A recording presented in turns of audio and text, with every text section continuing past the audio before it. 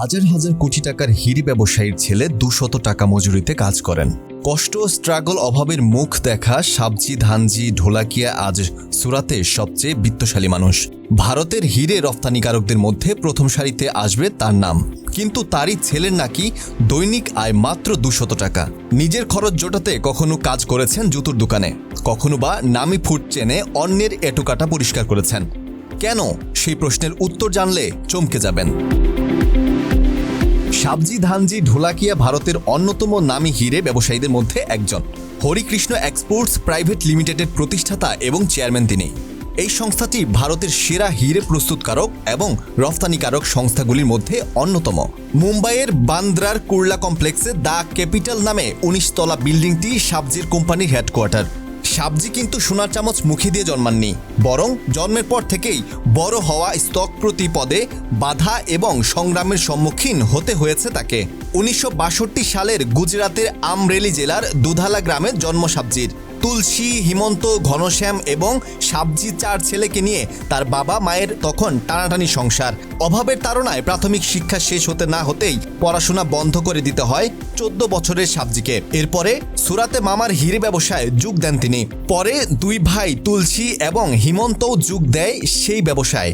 কাজ শুরু হওয়ার পরেই একটু একটু করে অবস্থা ফিরতে শুরু করে ঢোলাকিয়া পরিবারের।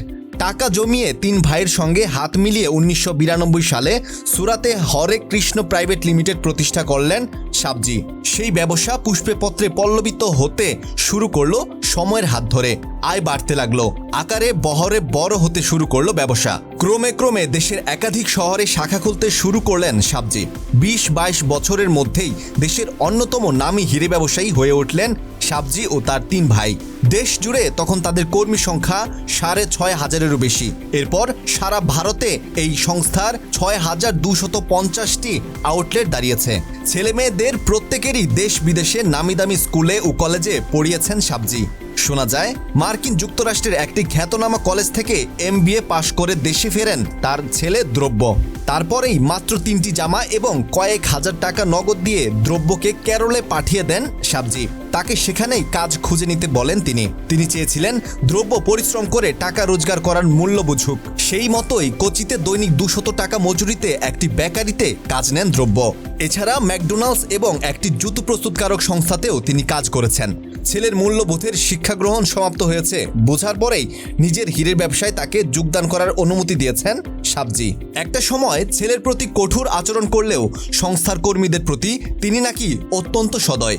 দীপাবলিতে যোগ্য কর্মচারীদের ফ্ল্যাট এবং গাড়ি উপহার দিয়ে সংবাদ শিরোনামে উঠে এসেছিলেন সাবজি। এছাড়া হীরের গয়না, নগদ টাকা, ফিক্সড ডিপোজিটও তিনি বোনাস হিসেবে দান করেছেন।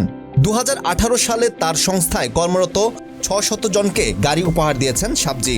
তার আগে 2016 সালের 400টি ফ্ল্যাট এবং 1260টি গাড়ি দীপাবলির বোনাস হিসেবে কর্মীদের দিয়েছেন এই ব্যবসায়ী। কারণ হিসেবে জানিয়েছেন প্রত্যেকটি মানুষেরই স্বপ্ন থাকে নিজস্ব একটা বাড়ি এবং গাড়ি।